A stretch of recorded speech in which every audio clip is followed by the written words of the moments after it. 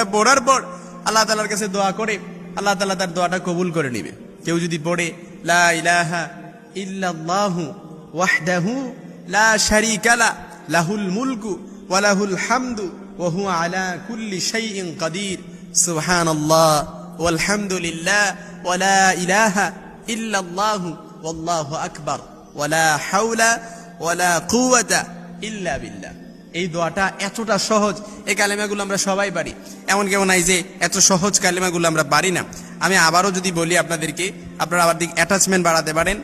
রাসূল বলেন এই দোয়াটা পড়ে কেউ যদি বলে যে আল্লাহ আল্লাহুম্মা গফিরলি, আয় আল্লাহ আপনি আমাকে মাফ করে